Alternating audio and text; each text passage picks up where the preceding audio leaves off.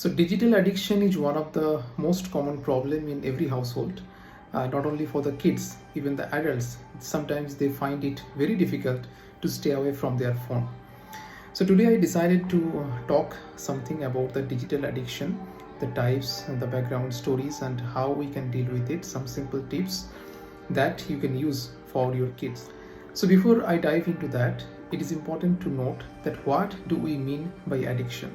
So addiction, many people think that when we are using something in excess, that is addiction. But that is not true always. Rather, when you are not using it, suppose you are engaged in some other work and you are not using the phone or the internet, and you are always having some kind of distress that when will the time come I'll be able to catch my phone, when I'll be able to surf in the internet. So these are the crux of the addiction, that you are having a compulsive urge to use that particular thing even when you are supposed to do something else. Another important thing is that getting used to the regular usage. Maybe you are using the phone previously for 30 minutes to play game, but now you do not find it interesting anymore. So you keep on increasing the time. You are going towards 45 minutes, 1 hour, and you are increasing the level one after another to get the same amount of thrill or the kick. So gradually you keep on increasing the time or the level. This is also another part of addiction, that you do not find the same amount of usage interesting anymore. Another important thing is that when you are not using it, you get some withdrawal symptoms. The way we get withdrawal symptoms from alcohol, from heroin, many other substances, the same way you become irritable. It becomes distressing for you to focus or concentrate on your work when you are not using the internet or the phone is not with you. So these withdrawal symptoms are also part of addiction. Another important thing is neglecting your household activities. Maybe you are supposed to attend a family gathering, you are supposed to meet a friend, but you are not doing it. Why? Because you are engaged in the gaming, or you are constantly using the phone and not talking to the person who is sitting in front of you. So you are gradually neglecting your daily activities, your social obligations. So that also becomes a part of addiction. Now coming to the types of the addiction, there are various types of addictions related to these gadgets. One thing is addicted to the phone itself, that many people find it difficult to stay away from the phone for few minutes to few seconds, maybe sometimes. This is called nomophobia. There is a term for it as well. Some people, they are addicted to the surfing in the internet or surfing for the reels in the social media. So they are just continuously consuming the information that is available in the internet. That is one type of addiction. Another type, some people use it for some gaming purpose. They are continuously using it for gaming. Some people use it for online lottery or gambling, because he started with an idea that he will get some money, and he keeps on losing money, but he just cannot come out of the habit because he has this urge inside that I have to get that amount of money. So that makes it compulsive for him to keep on using the phone or the internet. So gambling is another part. Some people use it for some sexual contents in the internet, some pornographic materials which are available. They find it interesting and keep on consuming it, neglecting some other activities. So these are the types of the addictions which are related to the gadget or internet or phone usage. So why I am saying that we need to understand that the types of the usage, it is because it will help us to understand that why a person is using that amount of internet, because there may be different stories in the background. Like a person may have a boredom in his practical life. To kill his boredom, he has not found anything. So he uses the phone or the internet to kill the boredom. So he keeps on surfing in the internet for various informations, for reels and everything. So this is one type of usage. On the other hand, some people may be impulsive. They kind of try to have a kick or the surge of dopamine when they are using it for some purpose, like shopping impulsively, when they are using it for the sexual contents, because it is giving them a kick or a surge of dopamine. So they are using it impulsively. Some persons, especially the kids, they may be not very competent in sports or in social settings. There may be a history of bullying in the school settings.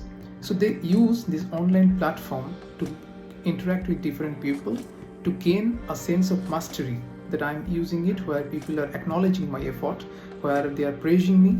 So the usage of internet for me is a escape route from the reality.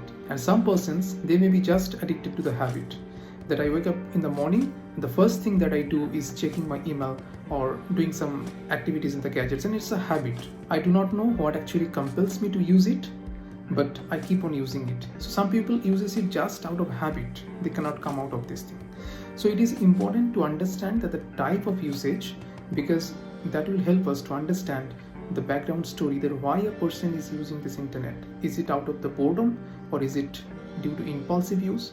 Is it because he's not getting something in real life and he's trying to find it in the online world? So these differentiations are necessary to understand it properly and to deal with it. So when we are thinking, or especially the parents who are thinking to take their kid out of the digital addiction, so there are certain tips. So it is not that all the tips will be useful for all the kids or all the family settings, but you can have an idea that how you can deal with the situation to some extent in your own setting. So the first thing that I will suggest is to understand that human mind tries to seek pleasure, especially the kids. They're trying to find something interesting to spend their time, because nobody is studying the whole day. Nobody is engaged in some purposive work the whole day. So they will try to find something interesting to make their time enjoyable. So in that context, you have to replace the gadgets with some alternative activities like playing, like singing, like any other hobby that the child enjoys. And if you think that just because you replaced this digital addiction with some activity, the kid will be enjoying it overnight, that is not true. Because a person, or especially a kid, he or she has been habituated to this gadget for many months or years. So it will take time for him to actually find something interesting in other activities. It can be playing a chess, it can be playing an outdoor games, it can be interacting with people in a social setting. So you have to keep time as well when you are replacing your gadget time with some alternative activities. And also you have to make it interesting. When some people are clapping and giving the child a sense of reward when doing something great, that also brings a sense of happiness to the child.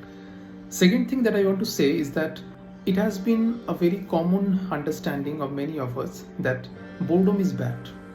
That when you don't have anything to do in your home, in your workplace, that's useless time. You are wasting it. So you have to do something. So this idea that you always have to fill up the boredom with some activities is actually very detrimental. Why? Because it is necessary for the human mind to take rest, to just be in the sync with the surroundings, to observe the nature, to understand the stillness, the silence, because that is when you start observing the people around. That is when you start observing the nature, and that is when you start thinking something. So the idea of creativity, the idea of doing something meaningful, it comes when you are alone, when you are not doing something actively. So you have to understand, especially the parents, that boredom is not bad. It is not something that has to be avoided at any cost. So this practice you have to inculcate from the very beginning. Enjoy the time together when you are not doing something actively, a boring leisure time. So this leisure period is also necessary. It helps the child to reprogram his clock. In our modern settings, it is also undeniable that gadget is a part and parcel of our lives. Many online classes, many activities keep on happening in the phone. So you cannot just take away the phone in total from the child as well. But what we can do in the contrary is fixing a time in the day where you can use the phone for a purpose or for some leisurely activities. Let's say you fix a time of 7 p.m. in the evening and give the child a 30-minute break, that this is the time when you use the phone, when you use it for gaming purpose or using the internet or whatever you want to. And after that, we will sit for study or do something. This is a method rather than kind of using the phone for 5 minutes, 10 minutes, the whole day. You fix a timing when the child will be anticipating, okay, this is the timing I will be using the phone, but not the whole day. this 30 minutes or 40 minutes, nobody will be disturbing me from using the phone. And there is also another hack, that keep another interesting activity following the time of the phone usage. Maybe a joint session, maybe a play therapy, maybe some drama or some interesting family event, so that you can always give a signal to the child that okay, your phone time will be over, and after that we'll be going for a nice dinner, after that we'll be going for a joint session in the family, so that the child keeps on anticipating the more interesting activity after the phone usage. So this time of phone usage gradually becomes less important for him, and he looks forward to the next event, which is much more interesting, where many people will be involved, where he will be praised. So this is one thing that you can do, that keeping a very interesting activity following the usage of the phone that you have fixed in the particular time of the day. But having said that, it is important to give time to the kids. Many of us, especially in modern settings, both the parents are working and you don't have any other family member to interact with. So gadget becomes a replacement of the humans who used to give him time. So this thing needs to be kept in mind. I know that many of the parents who are listening to this will feel guilty, and sometimes the situations are also like that only, that we have to run after work and everything to afford so many things. But at the same time, you have to understand that there is nothing that can replace a time from a human being. So these small interactions will help him to think, to grow, and to understand the family setting. Otherwise, he will think that gadget is a replacement of everything, and let's just sink in the world of gadgets or internet or the surfing. Keep this in mind, that time is irreplaceable. There is nothing that can be more valuable than this. Children who are growing up, maybe in the age of 5, 6, 7, sometimes they do not understand the advices. When we give them moral advices about what are the social norms and everything, what they do is imitate their adults. So it is very important, especially for the parents, to do the same behavior that you are expecting in your child. So if you want your child to read a book, then sometimes in the leisure, you also have to pick up a book, you also have to pick up a newspaper. So unconsciously, he will have this idea that my father was doing this. So, okay, let's see what is there inside that book. So my mother was doing this activity. So let's see what is there inside. So this idea of imitating their parents, they actually come from seeing your activities that you are doing in the home. Another thing I will say that can be a behavioral modification, not only for the kids, especially the adults as well. This morning time after you wake up, that timing is important. And do not use the phone just after waking up. Delay it. Delay this timing for 5 minutes, 10 minutes, half an hour, 1 hour, as long as possible. Because the first thing when we wake up in the morning, we need to start our day afresh. We need to think something, read something beautiful, think something beautiful, and observe the world, because that's how we feel grounded.